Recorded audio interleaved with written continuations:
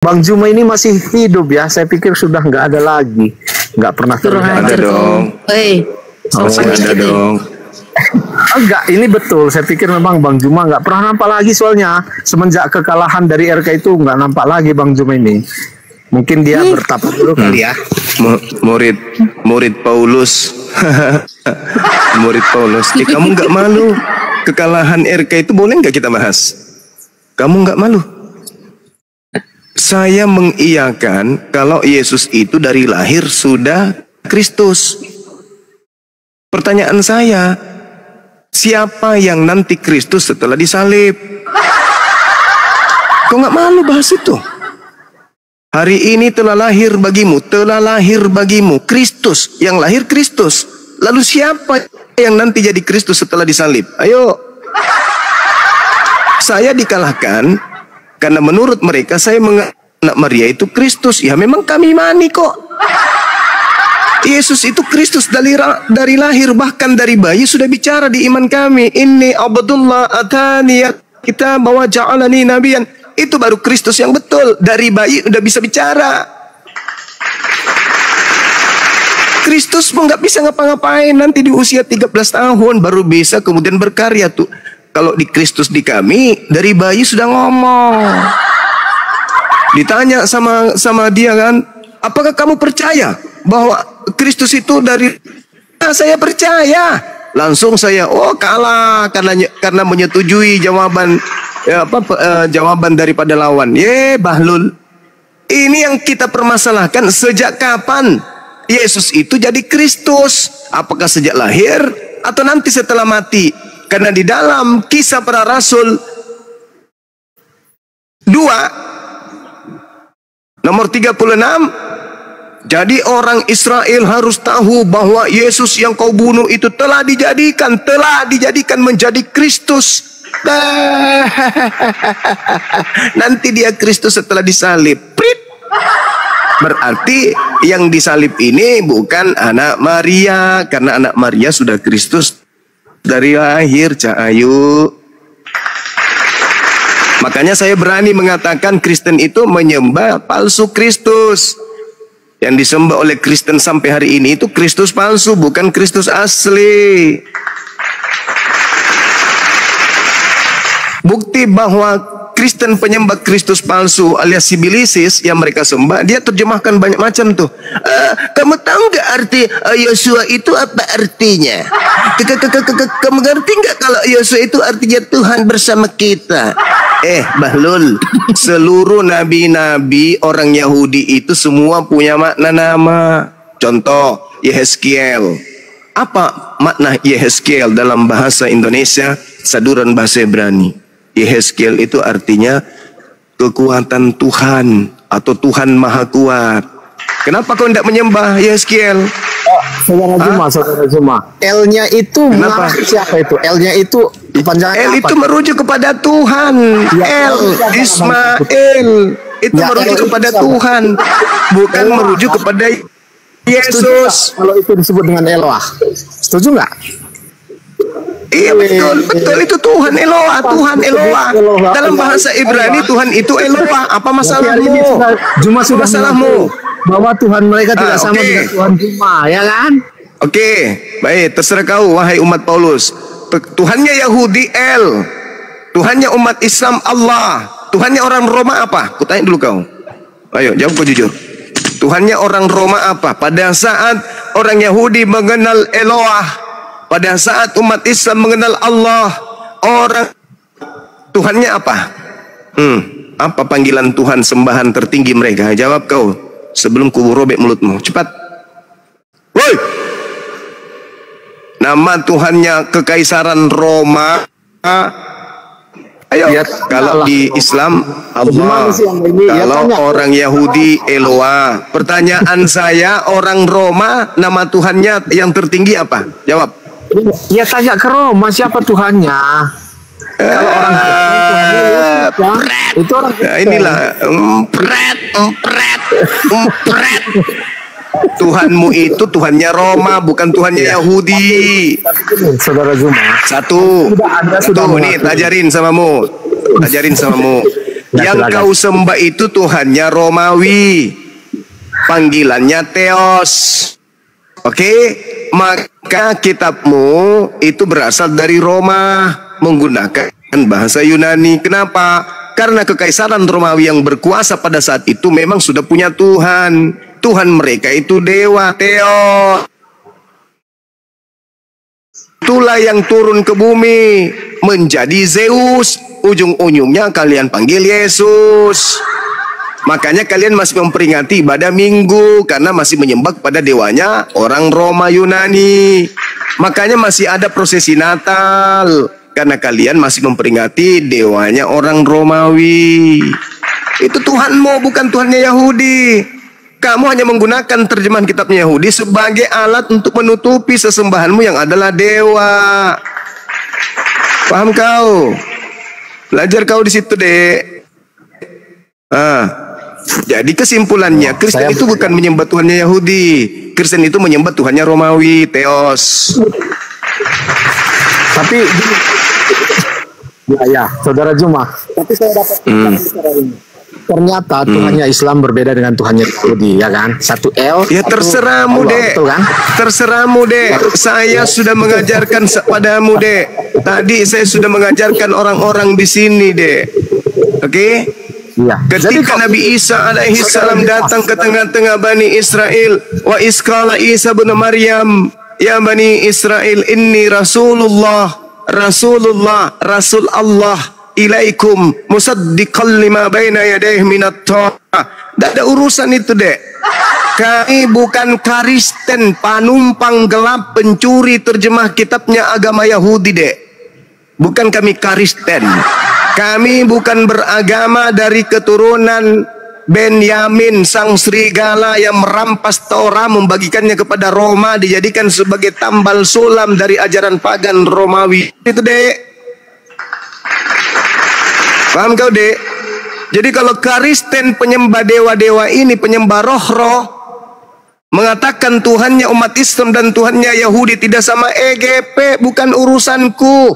Saya hanya diajarkan beriman kepada Allah, Tuhan yang menyatakan diri kepada baginda Rasulullah Muhammad sallallahu alaihi wasallam, di mana Tuhan tersebut yang datang kepadanya mengatakan kepada Nabi Muhammad, mengatakan qulu amanna billah.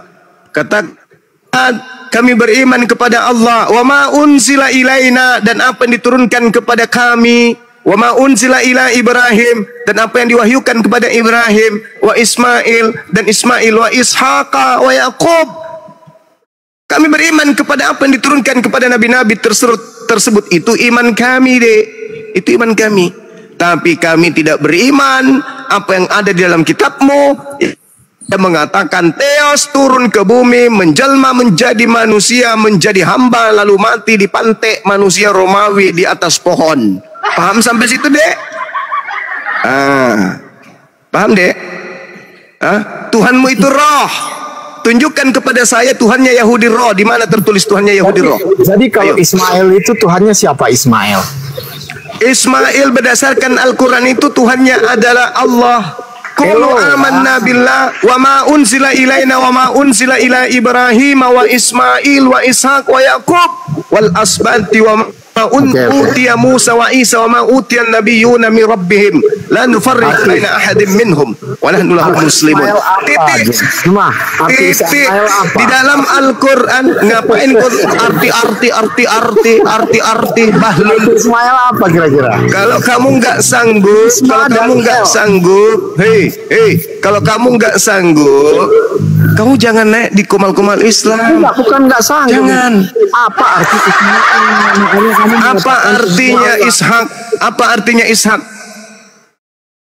Apa artinya Ishak? Apa artinya Paulus? Apa artinya Petrus?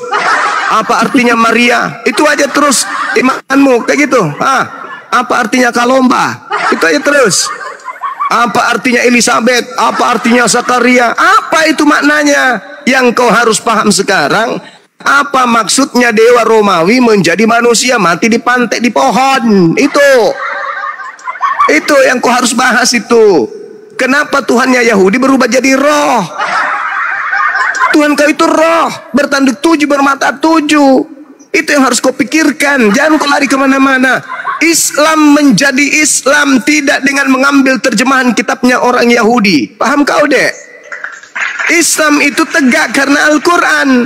Tidak seperti kau. Kau lepaskan perjanjian lama kitabnya orang Yahudi itu, mencret ketahuan kau agama pagan. Paham kau?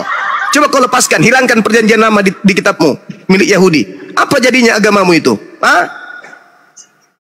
Penyembah binatang bertanduk 7, bermata 7, cak kangkung.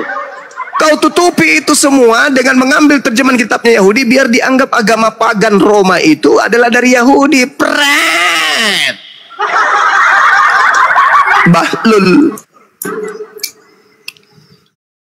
Mau ngomong apa lagi?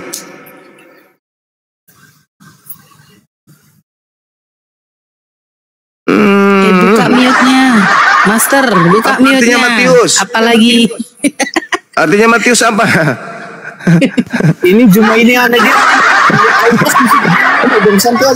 Dari tadi yang ditanya nama-nama, artinya nama-nama. Iya, tak jelas. Ya, aku tanya kau. Aku tanya dulu kau. Nama Maria artinya apa? Mama Tuhan. Ya Allah. Mama Tuhan. Hah? Kalau ada Mama Tuhan, ada Tante Tuhan, ada Om Tuhan, ada Pupu Tuhan. Boleh saya ngomong? Belum nggak? agama cuplis. Boleh nggak saya ngomong? Boleh, tapi saya yakin sebelum kau ngomong pasti saya sudah tahu kau pasti ngomong pasti bohong, dusta. Coba aja 1, 2, 3, silakan. Oke, jadi makanya saya katakan begini ya. Di dalam Al-Quran sendiri kan banyak ini nama-nama nabi sebelumnya ya, seperti Ismail, Zakaria, terus Isa Al-Masih kalau memang sama dengan Yesua, Yehosua, Hamasiak. Ini semua Tuhan. Terus apa urusanmu? Apa urusanmu dengan itu semua? Apa urusanmu? Itu kitab kami. Apa urusanmu? Ya santai aja lah. Apa urusanmu coba? Apa urusanmu coba? Makanya dengarkan dulu. Ini kan Tuhannya apa urusanmu? Eloah atau Elohim ya kan? Lah itu Tuhan kami. Itu Tuhan kami. Kan saya sudah jelaskan samamu. Allah itu bisa disebut billah wa ma unzila ilaina wa ma unzila ila Ibrahim wa Ismail wa Ishaq wa Yaqub wal asbati wa ma utiya Musa wa Isa wa ma utiyan nabiyuna min rabbihim. Nah, apa yang kupermasalahkan? Kami menyembah kepada Tuhan yang disembah Nabi Ibrahim, kepada yang disembah oleh Nabi Ismail, kepada yang disembah oleh Nabi Ishak. Itu kami sembah. Wa utiya Musa, dan kami menyembah kepada yang menurunkan ajaran hukum kepada Musa dan juga Isa. Kau tidak bisa mengganggu gugat, itu iman kami. Kamu nggak terima derita lo. Itu derita lo. Itu derita lo. Ini kitab suci saya lo. Astagfirullahaladzim. Ya YHWH ke ohoyo ke yohyo. Nggak ada urusan.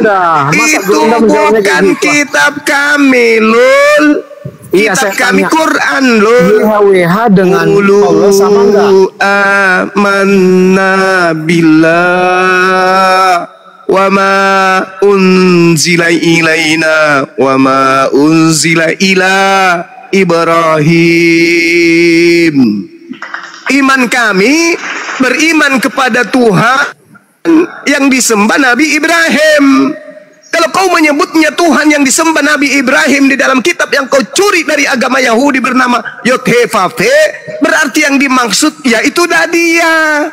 Derita lo. Yang pasti kami beriman kepada Tuhannya Nabi Ibrahim. Tito, kau kenapa mau ganggu gugat iman kami? Permasalahannya sekarang Al-Quran itu adalah kitab kami, mengabarkan kaidah kepada kami. Sekarang kitab perjanjian lama itu bukan kitab lo, itu kitabnya agama Yahudi. Ngapain kau tempelkan konsep-konsep pagan Roma masuk ke sono, tuyul? Ngapain coba? Konsep Romawi, konsep Romawi kamu pakai dengan tambalan kitab terjemahan milik agama lain. Kucuk. Paham kau sampai situ? Penyembahan terhadap roh-roh yang disembah oleh Roma ditambal dengan mengambil terjemahan kitabnya orang Yahudi, seakan-akan roh sembahan politeisme Hellenisme Stoa, ajaran pagan Roma Yunani, ditutupi dengan menggunakan terjemahan kitabnya agama Yahudi. Paham kau? Paham? Kau kembalikan kitab perjanjian lama itu kembali ke agama Yahudi, apa jadinya agamamu? Pret. Penyembah pagan, dewa-dewa turun ke bumi, pret. Wahyu 5 nomor 7. Itulah ketujuh roh dewa Theos yang turun ke bumi, pret. Bertanduk 7, bermata 7. Malu nggak tuh kalau nggak nyuri kitabnya Yahudi? Malulah. Kenapa kemudian orang Kristen tidak mau mengembalikan perjanjian lama ke dalam bahasa aslinya? Karena kalau dikembalikan ke perjanjian lama bahasa aslinya, ketahuan kalian perampok. Ternyata kau rampok kitabnya Yahudi. Dan kalau kau kembalikan perjanjian baru ke dalam bahasa Yunani aslinya, ketahuan ternyata kau pelanjut tongkat estafet ajaran Hinduisme yang datang pertama kali dari India, nyembah-nyembah kepada dewa-dewa Mesir, Yunani, kemudian nyembah dewa Romawi, semua terkumpul dalam agamamu tuh. Paham? Coba berani nggak kau kembalikan kitabmu dalam bahasa Yunani? Berani nggak? Pret. Mana berani kau? Karena kalau kembali ke dalam bahasa Yunani akan ketahuan agama Kristen adalah agama yang memadukan, mengkawinkan antara ajaran tauhid dengan trinitas. Mereka melakukan sinkretisme, mengkawinkan antara ajaran tauhid dengan ajaran politeisme. Lahirlah agama Kristen, Katolik. Agama Katolik pertama kali adalah agama yang mengajarkan untuk mengkawinkan ajaran Yahudi dengan ajaran Yunani. Ajaran Yahudi diambil, ajaran Yunani diambil, dipadukan, lahirlah agama Katolik yang kemudian diprotes, lahirlah adiknya Protestan. Paham kau, Dek? Hei, paham kau, Dek? Jadi gini, kitab Yahudi, dengar, kitabnya Yahudi tanpa campur aduk dengan kitab perjanjiannya Kristen yang perjanjian baru, tetap saja mereka tauhid, la ilaha illallah. Itu Yahudi. Tetap saja menyembah kepada Tuhannya Abraham, Ishak dan Yakub. Apabila tidak tersentuh atau tidak menggabungkan diri dengan perjanjian baru kitabnya orang Kristen. Paham? Begitu juga orang Kristen, kalau dia tidak menggabungkan kitabnya Yahudi ke dalam agamanya, maka Kristen persis dengan ajaran Trimurti. Makanya dikatakan Trinitas, Trimurti itu adalah kembaran. Sebentar lagi mungkin muncul Trikwek-kwek. Paham sampai situ, Dek? Yahudi berdiri sendiri tanpa ada konsep Kristen, maka dia menjadi agama tauhid. Kristen tanpa ada kitabnya Yahudi, maka Kristen akan menjadi agama paganisme Trinitas. Paham?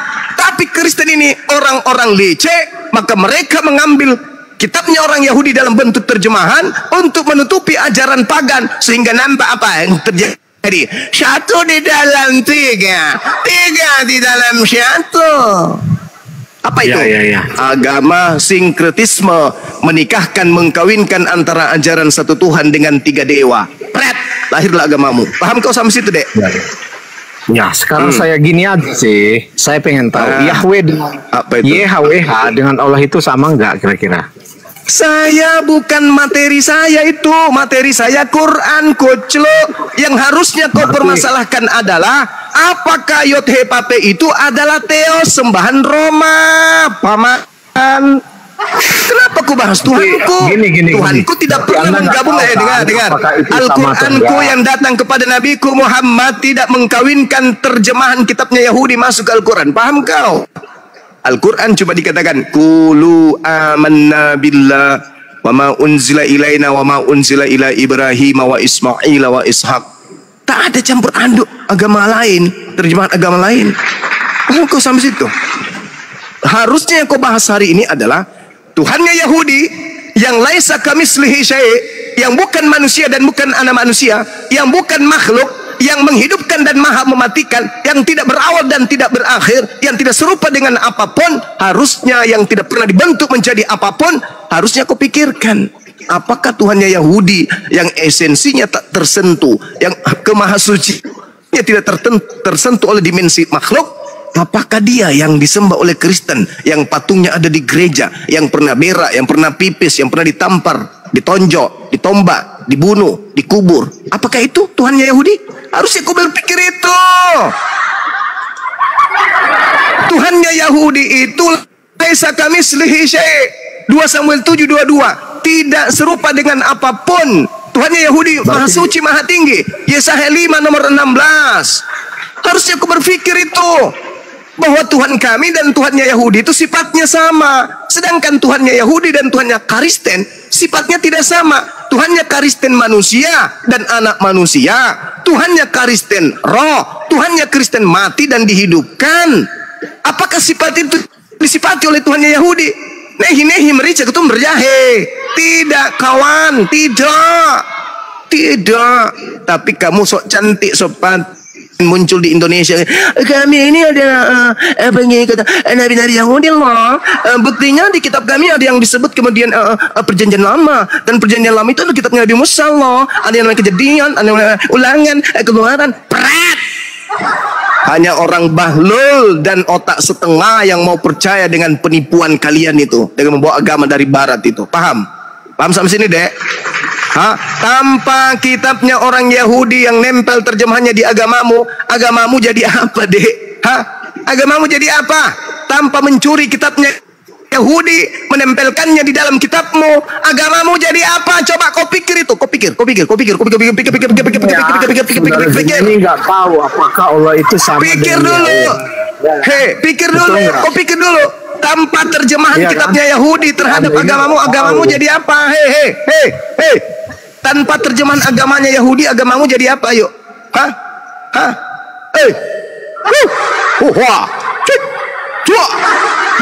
kita baca ya, kitabmu tanpa agamanya Yahudi ya, kita baca.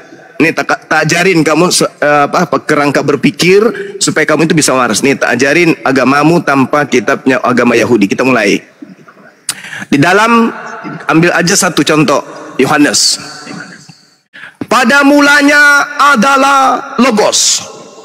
Logos itu bersama-sama dengan Theos, dan Logos itu adalah Theos. Dia pada mulanya bersama-sama dengan Theos. Segala sesuatu dijadikan oleh Theos, dan tanpa Theos tidak ada sesuatu pun yang telah jadi dari segala yang telah dijadikan. Cek. Orang penasaran, ini Kristen kok Theos apaan Theos? Ternyata setelah dicari, dewa, ternyata dewa. Jadi kita ulang nih. Pada mulanya adalah Logos. Logos itu bersama-sama dengan dewa, dan dewa itu, dan Logos itu adalah dewa. Lari ke 14. Logos itu telah menjadi manusia. Siapa yang menjadi manusia? Dewa. Krishna dong. Dewa Horus dong. Hercules dong. Alamak. Tidak ada seorang pun yang pernah melihat dewa, tetapi anak tunggal dewa yang ada di pangkuan ayah, dialah yang menyatakannya. Pret. Kira-kira ada nggak orang yang bisa dimurtadkan dengan pola agamamu kalau tidak nyamar-nyamar seperti itu? Ada.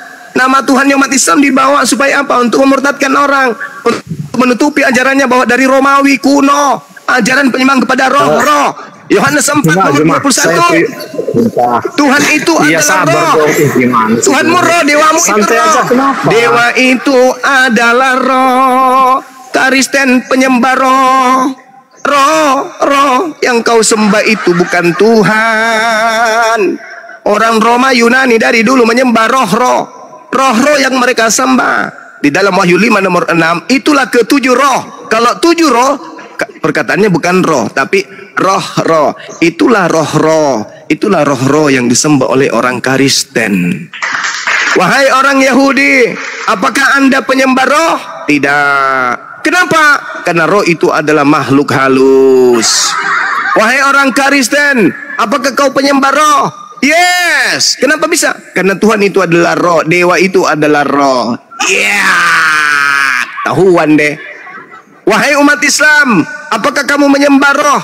Tidak. Kenapa? Karena roh itu adalah bisa setan, bisa jin, bisa popok, bisa perakang, bisa padale, bisa tuyul, banyak. Bisa hantu, itu roh. Dan mustahil orang berakal menyembah roh. Mustahil orang sehat menyembah roh. Kristen adalah manusia penyembah roh. Betul? Saudara Juma, santai aja apa sih? Anda kok gitu kali ngomongnya, santai sedikit.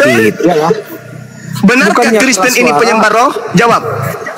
Bukannya. Benarkah Kristen ini penyembah roh? Benar, gitu.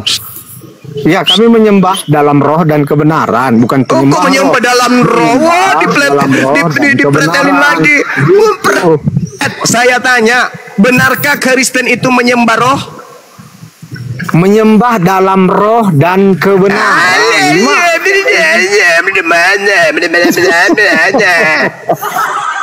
Yohanes 4 nomor 21. Dengar. Yohanes 4:21. Theos itu adalah roh. Theos itu roh. Berarti Tuhanmu adalah roh. Terus kenapa? Terus kenapa? Saya ulang saya simpulkan. Benarkah Kristen itu penyembah roh? Ya, Kristen menyembah dalam roh dan kebenaran. Dipelintir lagi. Kok dipelintir sih? Ini kan ayat Alkitab. Gimana sih Anda ini? Saya ulang lagi. Benarkah objek yang disembah oleh Kristen itu roh? Objek yang disembah Kristen adalah roh.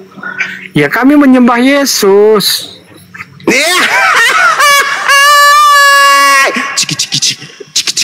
Inilah Kristen. Ini Kristen sok paten, sok cantik. Tanpa kata Allah kalian kelihatan pagan aslinya. Tanpa kitabnya Yahudi kelihatan kalian itu paganisme aslinya. Paham kan? Kau itu penyembah roh.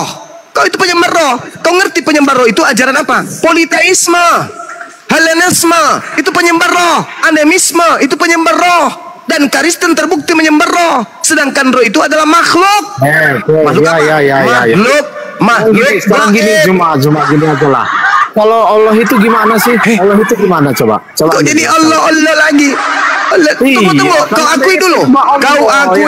Allah itu gimana? Kau akui dulu bahwa Kristen itu penyembah roh. Akui dulu. Kami menyembah dalam roh dan kebenaran, kan? Semua manusia, jangankan pada saat dengar. Semua manusia, jangankan pada saat dia menyembah, pada saat dia kentut pun dia kentut dalam roh dan kebenaran. Paham? Paham kau? Tidak ada orang kentut melalui hidung, kecuali kau mungkin. Orang kentut pakai anus, berarti dia kentut dalam roh dan kebenaran. Yang saya tanya bukan prosesi penyembahan, yang saya tanya objek sembahan. Benarkah orang Kristen menyembah roh? Kami menyembah dalam roh dan kebenaran. Saya tidak tanya prosesinya, tuyul. Yang saya tanya sembahan kau yang bermata tujuh, bertanduk tujuh itu. Benarkah Kristen penyembah roh? Gini aja lah Juma, kamu bisa nggak menerangkan Allah itu gimana? Mana tahu saya dapat hidayah loh. Terangkan sebentar. Mau ditanya dia Bang Juma. Kan saya jawab tadi, nggak mau ditanya gimana sih Anda ini? Saya kan jawab, kalau kami orang Kristen menyembah dalam roh dan kebenaran. Saya tidak tanya prosesi penyembahan. Saya tidak tanya prosesi penyembahan. Umat Islam menyembah Tuhannya dalam roh dan kebenaran. Roh ikut terlibat dalam ibadah, jasadnya terlibat dalam ibadah yang dilakukan oleh umat Islam dalam kebenaran menurut tuntunan nabinya.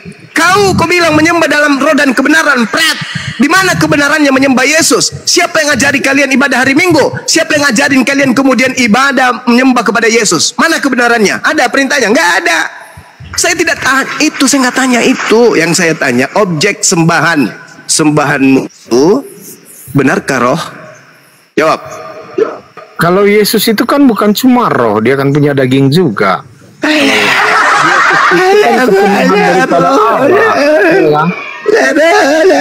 pengen tahu kalau Allah itu gimana sih saudara? Allah itu gimana sih? Anda tahu nggak? Jangan-jangan Anda ini bisa membaca Alkitab tapi nggak tahu tentang Allah.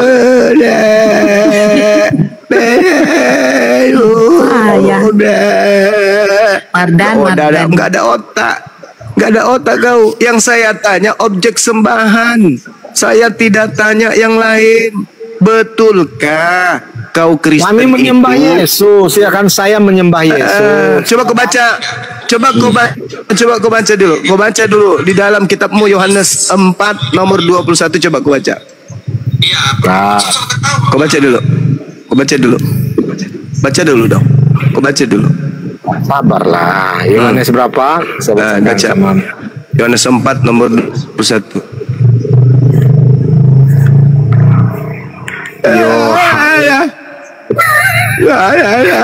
Yohanes 4 ayat berapa, Saudara Zuma? Baca aja udah besar. Oke. Ini Zuma ini kayaknya lagi stres ini. Kenapa sih? Baca aja. Akan tiba masanya bahwa bukan di gunung ini dan bukan juga di Yerusalem. 1 Yohanes 22-nya, nomor 22-nya. Ayo, pelan-pelan. Yuk. Iya, saya Keduanya? lagi. Lama kali. Iya, sabarlah. Sabar itu orang sabar Terus? disayang Tuhan, ya kan? Sebentar. Ayo. Oke, saya bacakan ya ayat 21 dulu ya. Kata Yesus kepadanya, Ya. percayalah kepadaku, hei perempuan, saatnya akan tiba bahwa kamu akan menyembah Bapa, bukan di gunung ini dan juga bukan di Yerusalem. Oke. Kamu akan menyembah apa yang kamu menyembah apa yang tidak kamu kenal. Kami menyembah Oke. apa yang kami kenal, sebab keselamatan datang dari Terus? bangsa Yahudi. Oke. Nah, nomor 24. 23 dulu ya. 24. Jangan kita pelan-pelan dong. Ya, 23. Ingat Tapi ya, di situ saatnya diceritakan akan tentang datang. Yahudi.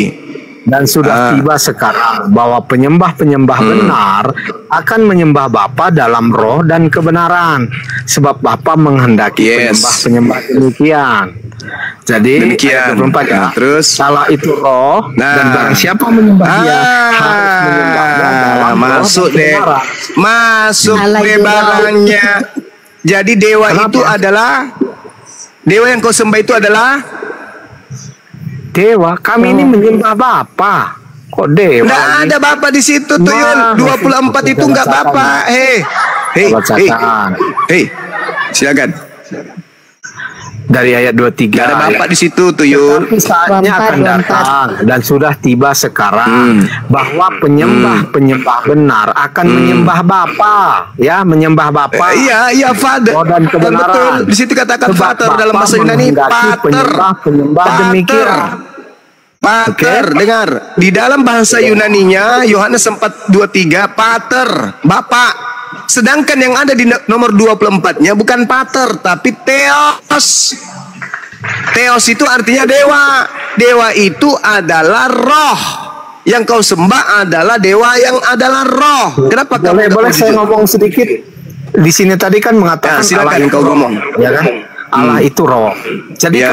kalau saya lihat ya, ayat ini menegaskan sifat Allah sebagai roh. Karena itu penyembahan kepada Allah harus Sifat bersifat lagi. rohani, bukan bersifat domas Oke.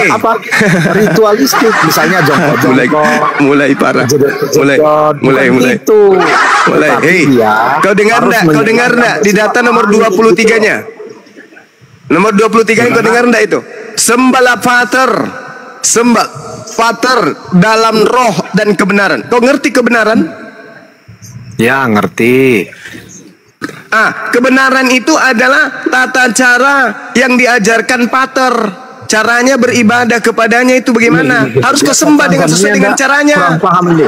Jadi penyembahan dalam roh dan kebenaran maksudnya gini. Jadi Yesus ini menekankan pentingnya menyembah Bapa itu dalam roh dan kebenaran. Yang berarti penyembahan yang Rohnya apa? Tunggu. Roh itu apa? Menyembah dalam roh itu maksudnya gimana? Sesuai dengan kebenaran yang dinyatakan oleh firman Allah. Menyembah dalam roh itu maksudnya gimana? Oke. Menyembah dalam roh itu maksudnya gimana? Oke. Jadi menyembah dalam roh yaitu menunjukkan bahwa Allah tidak hanya menginginkan penyembahan berupa berupa gerakan fisik, tetapi juga dari hati yang dalam. Pintar. Gitu. Bagus. Kali ini kamu lulus. Artinya kalau dalam Islam khusyuk dalam beribadah kepada Tuhan. Nah, menyembah dalam kebenaran apa? Ya, menyembah dalam kebenaran, ya Anda harus menyembah Yesus sebagai perwujudan Allah yang hidup. Menyembah dalam kebenaran itu melakukan prosesi ibadah jasad dan rohani berdasarkan yang dicontohkan oleh nabi-nabi. Itu kan menurut misalnya kamu. Yesus Misalnya Yesus mencontohkan sunat, perintah Tuhan, ikutin. Yesus mengajarkan puasa, ikutin. Yesus mengajarkan sholat, sujud, rukuk, dan semuanya ikutin. Itu yang dimaksud kebenaran, bukan dibuat-buat sendiri, tuyul. Jadi menyembah pencipta dan bumi itu, menyembah dengan gerakan tubuh dibenarkan hati berdasarkan dengan yang diperintahkan oleh para nabi. Makanya Yesus mengatakan dalam Yohanes 10 nomor 27, aku mengenal muridku, muridku mengenal aku, mereka mendengarkan suaraku dan mengikuti aku. Yohanes 14 nomor 16, barang siapa yang 12 yang percaya mengasihi aku, maka dia juga akan melakukan pekerjaan yang aku lakukan.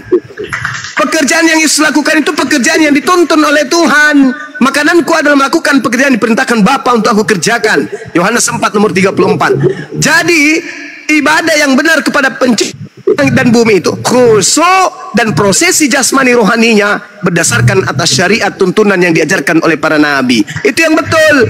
Oke? Menyembah Yesus kok kebenaran, tuyul. Itu aja kok ada error. Sekarang kembali kepada Yohanes 4 nomor 24-nya.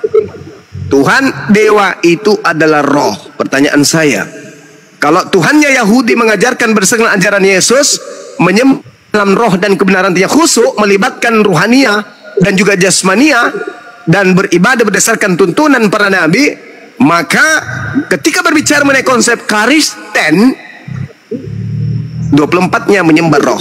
Theos itu adalah roh. Apakah Anda mengakui bahwa Anda menyembah roh? Jawab. Oke, saya tegaskan lagi. Di ayat 24 menyatakan Allah adalah roh. Jadi ayat ini bukan menyuruh menyembah roh, tetapi ayat ini menegaskan sifat Allah sebagai roh. Karena itu penyembahan kepadanya harus bersifat sifat rohani. Allah sebagai roh, bukan hanya ritual. Mama. Di situ dalilmu tidak berbicara begitu, tuyul. Makanya kalau kau baca dalil itu jangan pakai doktrin, kau pakai apa yang tertulis.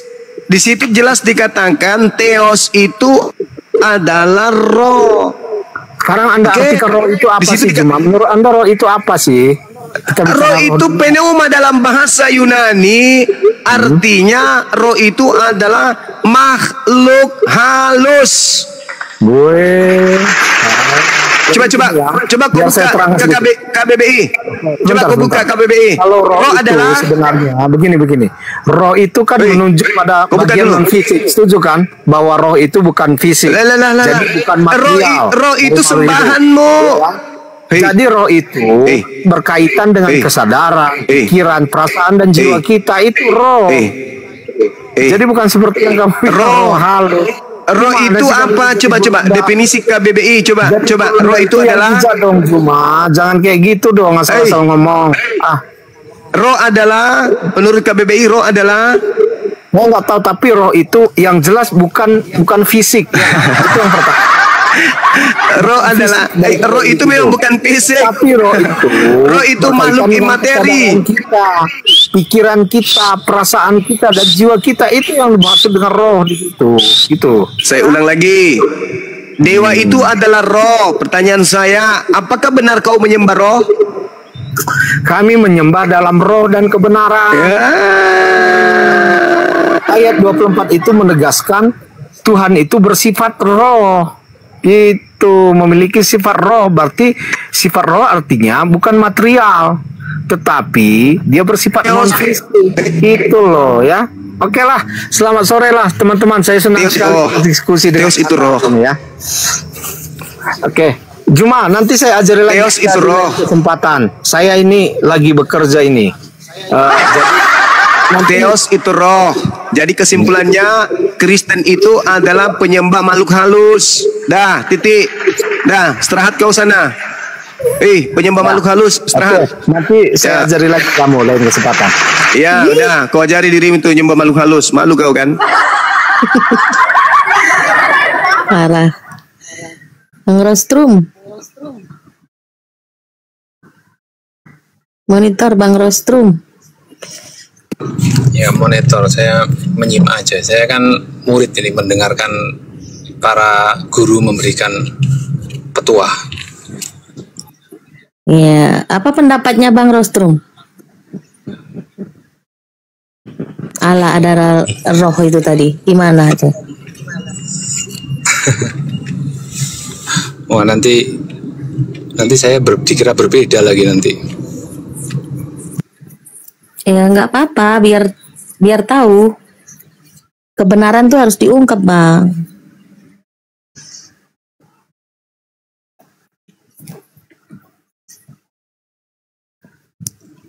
Ya, silakan Bang Rostrum. Jangan malu-malu. Perbedaan itu indah kok.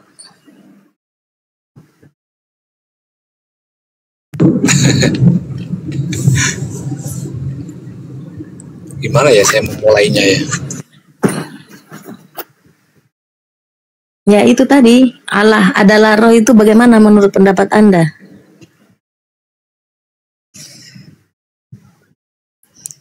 Atau tanggapi saja Bang Juma tadi yang dipaparkan tuh. Anda setuju nggak dengan apa yang dipaparkan Bang Juma tadi? Silakan. Iya, kalau di situ kan tadi disampaikan ya, itu lebih kepada pemahaman penafsiran itu, yaitu tadi bahwa Bapa itu yang tidak berwujud kan gitu. Nah, memang kalau dalam bahasa Indonesia roh itu adalah betul yang dikatakan tadi Bang Zuma itu, dari penjelasan KBBI, memang roh itu sesuatu yang tidak kelihatan kan, imaterial. Ya bisa jadi untuk menyebut satu apa ya makhluk halus atau apa begitu ya kalau versi Indonesia ya. Kalau dari tata bahasa yang dijelaskan tadi nggak ada yang salah sih.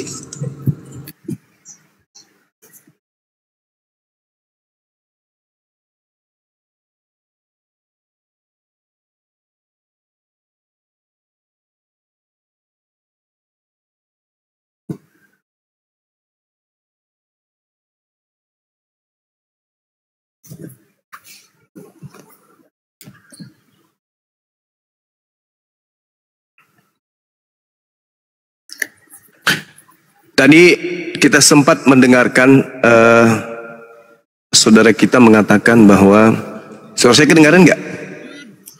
Kedengaran Bang, aman. Oke. Kami tidak menyembah roh katanya, tapi kami menyembah Yesus. Roh itu adalah makhluk dan Yesus juga adalah makhluk. Di dalam 1 Korintus 15:48, sama seperti manusia debu tanah, demikian pula makhluk-makhluk surgawi, sama seperti Yesus yang berasal dari surgawi. Jadi Yesus ini adalah makhluk yang berasal dari surga. Dia manusiakah? Dia makhluk rohkah? Yang pada intinya Yesus itu makhluk. Dengan kata lain, tadi saudara kita itu mengakui bahwa memang mereka menyembah makhluk. Di sisi yang berbeda, di ufuk yang berbeda, ada yang disebut Tuhan. Dan Tuhan itu tidak berada pada dimensi makhluk. Itulah yang disebut Sang Khalik, Sang Pencipta, makhluk, Sang Ciptaan. Jadi kalau saudara Kristen dalam hal ini yang tadi siapa nama itu, master siapa, mau mengatakan bahwasanya kami tidak menyembah roh, oke. Tapi menyembah Yesus, ya sama doang. Karena Yesus juga adalah makhluk roh. Manusia ini juga adalah makhluk roh. Manusia terdiri dari dua dimensi. jasad, dan roh. Nah, di dalam 1 Korintus 15:48 itu nggak bisa ngelak. Yesus adalah makhluk surgawi. Makhluk surgawi kah dia? Makhluk bumi kah dia? Makhluk langit kah dia? Daratan kah dia? Lautan kah dia? Udara kah dia? Yang namanya makhluk bukan Khalik. Menyembah Yesus sama dengan menyembah makhluk. Penyembah makhluk bukan penyembah-penyembah itu yang dibenarkan oleh Tuhan. Tuhan tidak ingin. Di dalam Ulangan 13 nomor 6, nomor 7, nomor 8, 9, Tuhan tegas menjelaskan, apabila ayah kandungmu, ibu kandungmu, saudara kandungmu, laki perempuan, anak kandungmu, laki perempuan, kerabatmu, sahabatmu, mengajak kau menyembah kepada selain daripada aku sang Khalik, berarti makhluk, maka dengan tanganmu sendiri harus bunuhlah dia. Jadi kalau ada orang yang mengajarkan menyembah kepada makhluk, dengan kata lain ada orang yang mengajarkan menyembah kepada Yesus, dengan kata lain ada orang yang mengajarkan menyembah kepada roh, maka perintah Ulangan 13 harus dibunuh. Andai saja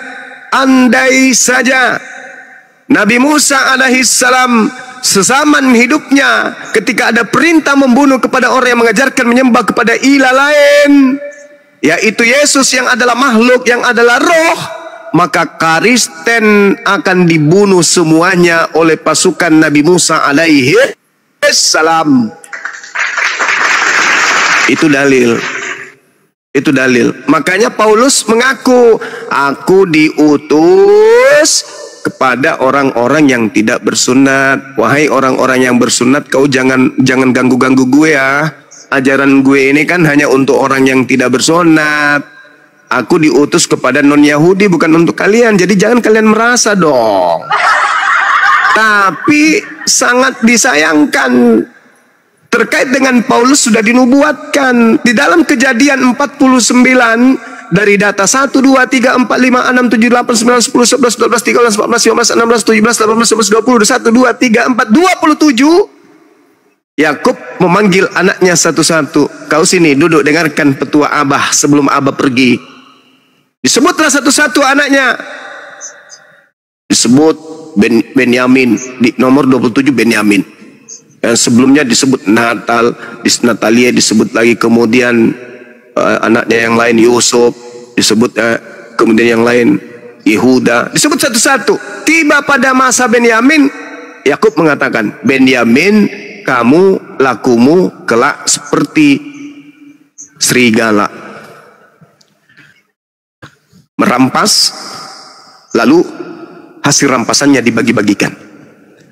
Ini tergenapi dalam Filipi 3 nomor 5. Paulus mengaku dia keturunan Benyamin. Apa laku daripada keturunan Benyamin, kata Yakub? Dia merampas milik orang lalu dibagikan kepada orang lain. Dia merampas ajaran Taurat lalu membagi-bagikan kepada Roma. Padahal hukum Taurat itu adalah hak milik kepunyaan Bani Yakub, tapi Paulus mengambilnya lalu membagikannya kepada orang Kristen. Kristus telah menebus kita dari kutuk hukum Taurat. Sejak kapan Taurat itu untuk Kristen? Tapi Paulus memang sudah dinubuatkan lakunya kelak akan seperti serigala. Yesus mengatakan waspadalah kepada serigala. Serigala yang dimaksud adalah penyesat yang berpura-pura menjadi pengikut Kristus, tapi ternyata dia adalah pembinasa keji. Siapa yang menggenapi itu? Tentu keturunan Benyamin. Siapa keturunan Benyamin yang keluar dari Israel mengajarkan hukum yang datang kepada keturunan Yakub untuk bangsa lain? Paulus.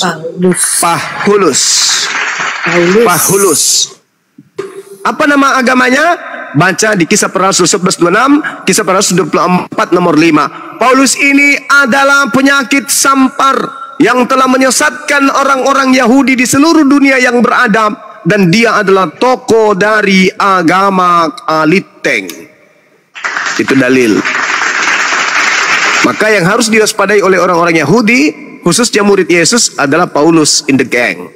yaitu agama yang didirikan oleh Paulus, yang memakai nama Yesus dan menyesatkan banyak orang dengan menggunakan nama tersebut.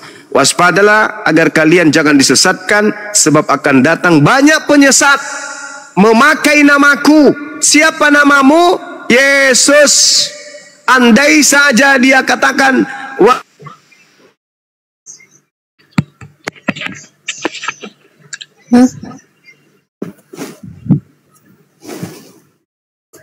hilang suaranya. Suaranya hilang Bang Juma. Kena tombak kayaknya Bang Juma. Wah, ada.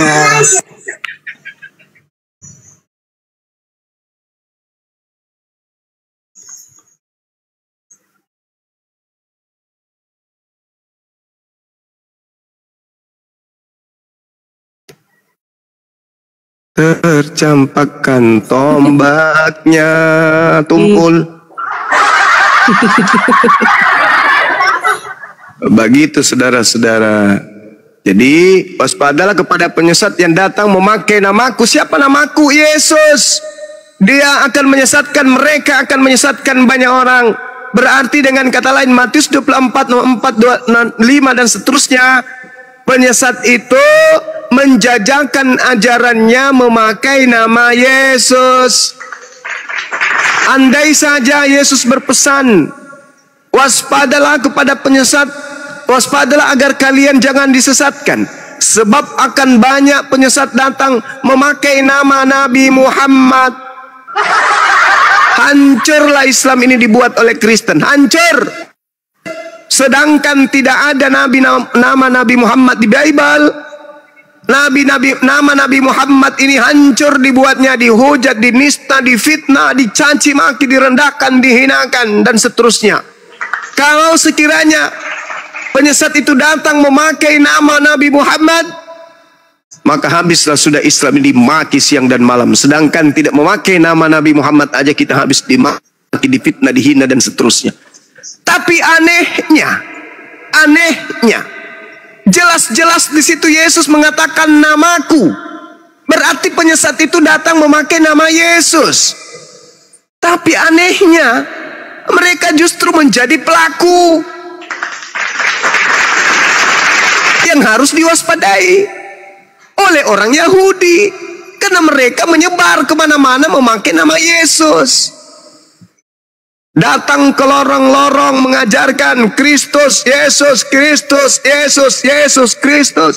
Tak ada keselamatan selain di dalam Kristus. Tidak ada keselamatan di luar nama Yesus Kristus. Kemana-mana baptis, baptis, Yesus, baptis, Yesus, baptis, Yesus, Yesus, baptis, Yesus. Enggak sadar apa? Yesus ketika berbicara, itu berbicara kepada Bani Israel, kaumnya di abad pertama. Wahai muridku Bani Israel, waspadalah agar kalian jangan disesatkan, sebab akan datang banyak penyesat memakai namaku Yesus dan berkata akulah Kristus. Mereka akan menyesatkan banyak orang. Menit, jam, hari, minggu, bulan, tahun, abad. Bergeserlah kemudian pergerakan anak cucu Adam ke seluruh penjuru bumi. Hidup, mereka berdinamika. Mereka hidup kemudian secara majemuk. Mereka saling ketergantungan satu sama yang lain. Di antara hubungan sosial ada hubungan religius juga, agama, keyakinan, kepercayaan. Di antara banyaknya kepercayaan ini ada satu warna yang unik. Siapa satu warna itu? Kristen. Kenapa unik? Karena mereka menyebar ke seluruh penjuru bumi dengan menjajakan nama Yesus Kristus, di mana nama itu adalah nama yang sudah dibuatkan akan menyesatkan, akan dipakai untuk menyesatkan banyak orang.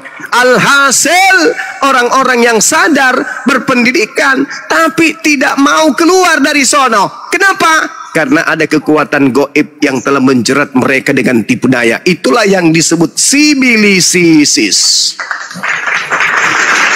Coba aja kalau nama yang dimaksud di situ adalah Nabi Muhammad. Waspadalah agar kalian jangan disesatkan, sebab akan datang banyak penyesat dengan memakai nama Nabi Muhammad. dan berkata, akulah sallallahu alaihi wasallam, jangan kau percaya, maka seluruh dunia akan bergemuruh menghina Islam. Sedangkan tak ada di situ nama Nabi Muhammad, yang ada adalah nama Yesus. Mereka sempat-sempatnya menghina Nabi Muhammad. Bahlul, orang tulul, orang bahlul, orang jahiliyah. Tertulis bahasa Indonesia masih juga banyak otaknya tidak ngerti. Lukas 21 nomor 8, waspadalah kepada penyesat yang datang kepadamu dengan memakai namaku dan berkata, akulah dia.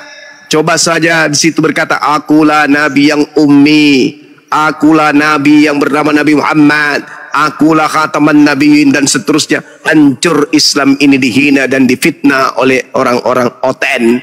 Sedangkan yang dimaksud di sana penyesatnya mengaku Yesus, yang diserang Nabi Muhammad. Kan bahlul, bahlul, bahlul. Nama yang dipakai penyesat itu adalah namanya Yesus Kristus, gelarnya Kristus. Yang dihujat namanya Nabi Muhammad. Bahlul memang, bahlul. Kalian memang dicetak untuk bahlul, dongok, stupid, baga-baga, beleng-beleng. Jelas kok kitabnya tertulis. Penyesat itu memakai nama siapa? Antara ustadz dan juga antara pendeta. Yang memakai nama itu pendeta. Di mana dia mengajar? Di gereja. Apa nama umatnya? Karisteng. Pura-pura bingung. Siapa sih penyesat itu? Nanti di akhir salan Bang Syema tuyul kampret. Di situ Yesus ditanya sama muridnya di Bukit Zaitun. Apa kata muridnya? Guru, ya Nyai, apa tanda kedatanganmu? Nah, sang guru menjawab, waspadalah agar kamu jangan disesatkan, sebab akan banyak penyesat datang memakai nama aku.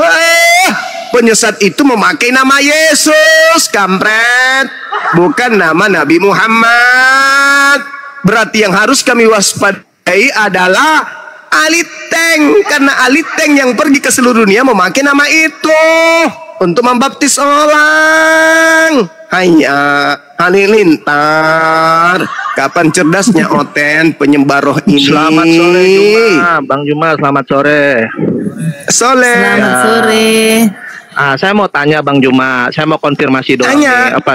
Ya, saya mau nanya, Mr. M ini, Mr. M ini toko asli apa toko fiktif? Saya mau konfirmasi dulu, dia toko asli apa toko Asli fiktif? dong. Nah, kalau abang bilang dia toko asli, pertanyaan saya gini, dia hidup di zaman pemerintahan siapa waktu dia masih kecil sampai dia dewasa di dalam Al-Quran?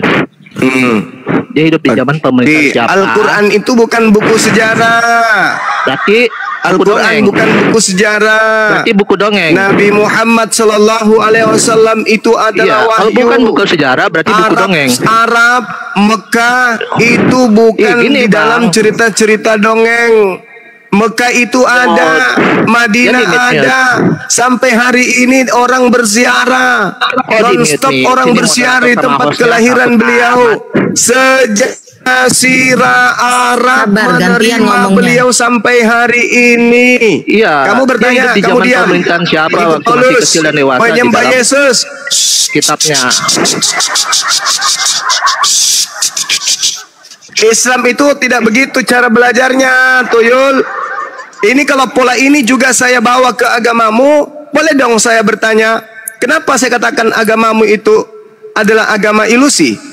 Boleh saya jelaskan? Boleh? Boleh? Gimana, boleh saya jelaskan kalau agamamu itu agama ilusi? Enggak, jawab dulu Boleh. pertanyaanku tadi. Ya kan, kalau dia memang tokoh Jadi gini, asli, saudara, gini. terangkan. Gini, harus gini. terangkan kalau dia tokoh asli Gini. dari mananya gitu. Gini. Ada, diam, dijelaskan. Ya. Nih, tak ajar. Nih, tak ajarin samamu. Ya. Jadi Nabi Muhammad SAW itu tidak bisa disebut fiktif atau sesuatu yang tidak benar. Buktinya Kenapa? apa? Karena Nabi Buktinya Muhammad apa, itu coba? Diam. Dengerin dulu, Bang. Oke, aku Diam. dengar. Diam. Kalau saya berbicara kepadamu, Kau diam, ya. Jadi nasab atau silsilah Nabi Muhammad itu terjaga sangat indah, sangat bersih dalam kaidah orang Arab. Oke. Nabi Muhammad nama ayahnya Abdullah, nama ibunya Aminah, berasal dari keluarga yang terhormat pada zamannya. Abdullah ayah beliau adalah anak dari seorang tokoh bernama Abdul Muthalib, seorang pemimpin terkemuka di suku Quraisy yang terkenal pada saat itu. Sedangkan ibunya Aminah binti Wahab ini adalah ibu yang berasal dari keluarga yang mulia yang terpandang di kalangan Quraisy juga. Bangsa Quraisy itu sampai hari ini masih ada kisah sejarahnya tertulis tinta emas. Jadi beliau adalah Abu Al-Qasim Muhammad bin Abdullah bin Abdul Muttalib bin Hashim bin Abdi Manaf bin Qusay bin Kilaf bin Marrah bin Ka'ab dan seterusnya sampai kepada Nabi Adam sekalipun keturunan silsilah Nabi Muhammad itu terjaga bersih. Berarti beliau tidak fiktif. Sekarang saya bertanya, yang membuat 13 buku di dalam agamamu namanya Hahuhulus.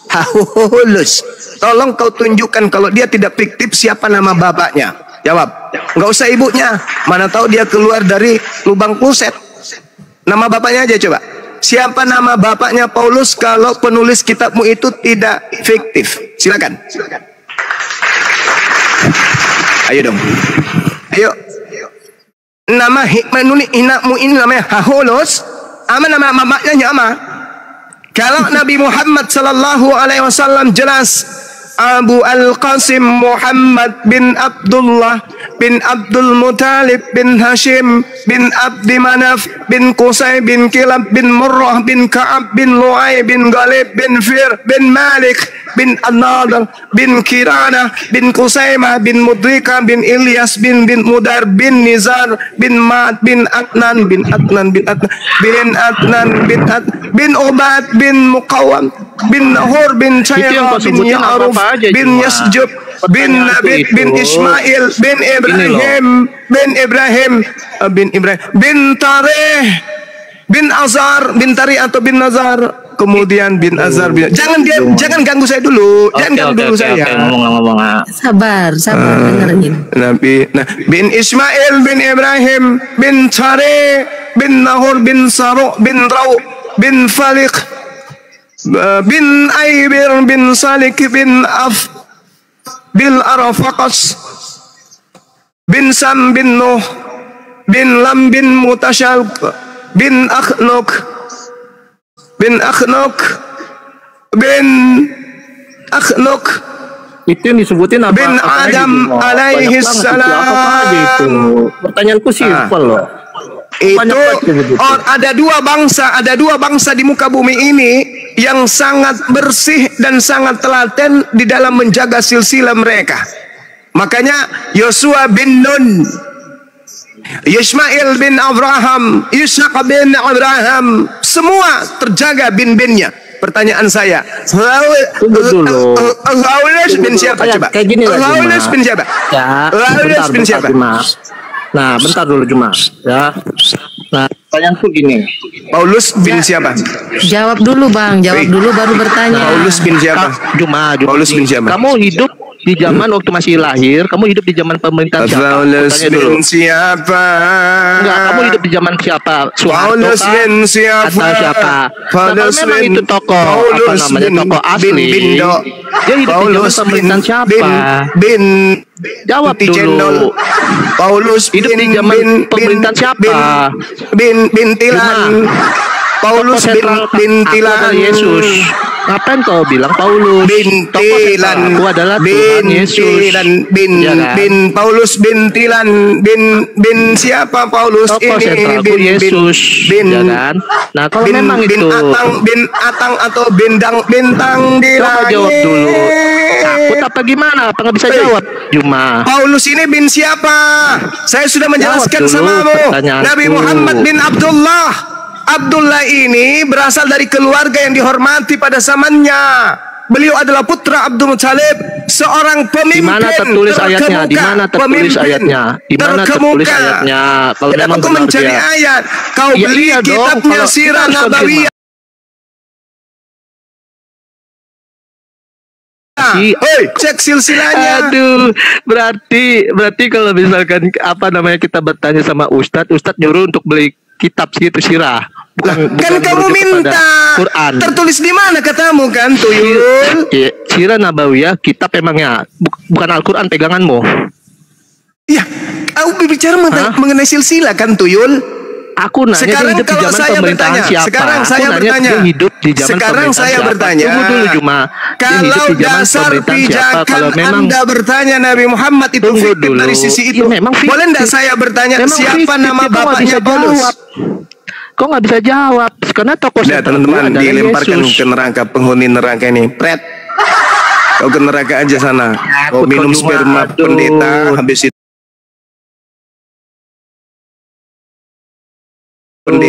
Habis itu